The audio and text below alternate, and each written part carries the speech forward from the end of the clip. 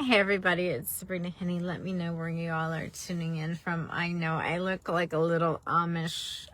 I look Amish, to be honest with you. So I wanted to tell the story about yesterday. I thought I lost my Apple Watch. I mean, I was so upset. Finally, I got one, and I was like, I've only had it a few months, and I lost it. And anyway, I backtracked and it wasn't where I thought it was. And so I went through this torment of, oh no, now I'm going to have to buy a new one.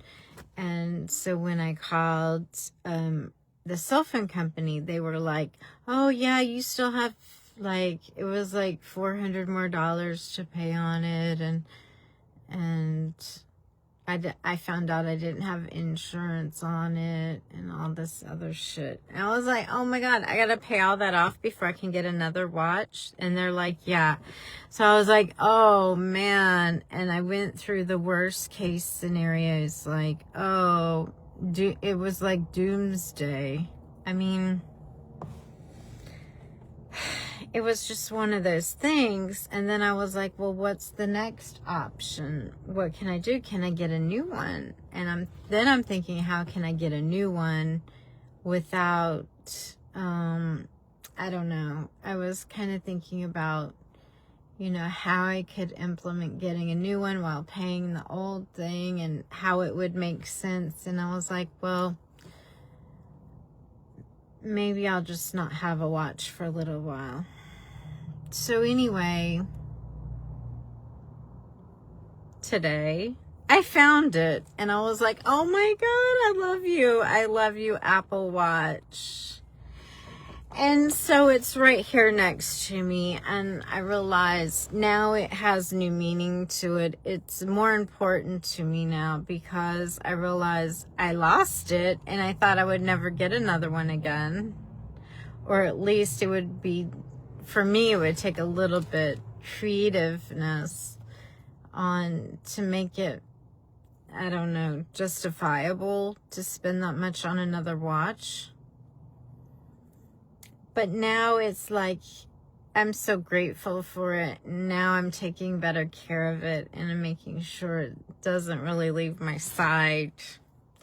And so I was thinking, well, isn't that how things can be? Like when we actually lose something we really liked or wanted, and then we get it back and we change our total perceptions on it because it's now a little bit more valuable because it would have cost me so much and then a lot of finagling to actually get maybe the same or a better watch. I always try to get better if I can.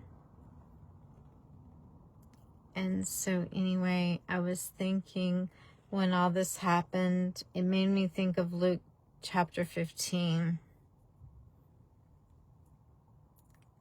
But I was thinking, isn't that amazing? Like, I know people that have lost their cars and then they get them back. Maybe they went through repo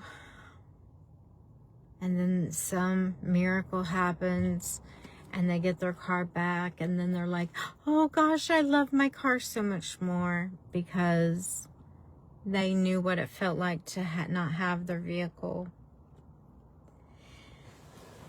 Or maybe it's, a significant other or something like that. Sometimes guys are like, oh man, I should have treated her better because now I got to do the yard work. Now I got to do my own laundry and all that stuff. So, okay, well, it made me think of Luke chapter 15 because Luke 15:24 says, for this my son was dead and it was alive again. He was lost and is found. And they began to be merry. Well, that was actually when the prodigal son actually returned. the parable of the lost son. And, he went out prowling the town, and his son, he was just, I want to say he just partied. He was having a good time, but yet, the negative part of sin or partying might be, you might get into some trouble, And so, chapter 15, then drew near unto them all the republicans and the sinners to hear. Okay, well,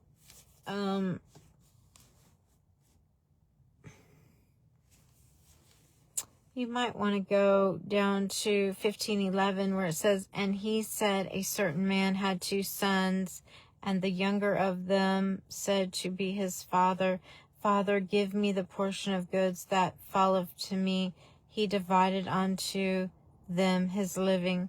Yeah, he divided some of his wealth, gave one to one son, and gave the other to the other. Not many days after, the younger son gathered all together and took his journey into a far country, and there wasted his substance with righteous living. And when he had spent all, that there arose a mighty famine in that land, and he began to be in want. So he basically took all the money and traveled and blew it all and just had a good old time probably. And I know he did spend money on prostitutes, because the other brother did say that. And we don't want to pretend that's in the Bible, because it is. And so, and he went and joined himself to a citizen of that country, and he sent him into the fields to feed swine, and he wouldn't faint have filled his belly with the husk that the swine did eat, and no man gave unto him.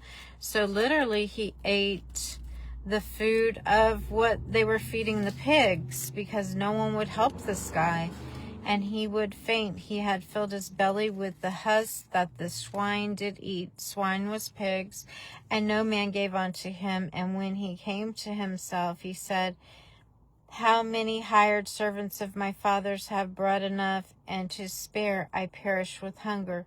I will arise and go to my father, and will say unto him, Father, I have sinned against heaven and before thee, and I am no more worthy to be called thy son. Make me one of thy hired servants. So he went back to his father, and he asked him if he could work there with him. And he arose and came to his father. But when he was yet a great way off, his father saw him, and he had compassion, and ran and fell on his neck and kissed him. Now, that is just like a father's love. I mean, a parent's type of love, that you love your children no matter what, and they can go off to faraway lands, and sometimes, especially young people, they can actually, get a taste of life, and maybe they don't know all the good paths to take. They're young and they're learning through the process.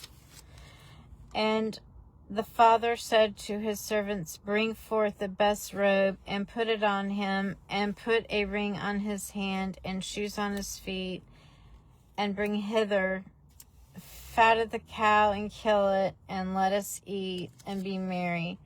For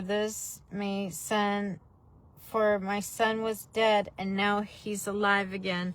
And I don't know, maybe he thought he was dead. He was lost and is found, and they began to be merry. So, of course, he didn't know where he was. And back then, think about it, there was no media, there was no television, there was no Amber Alerts going off.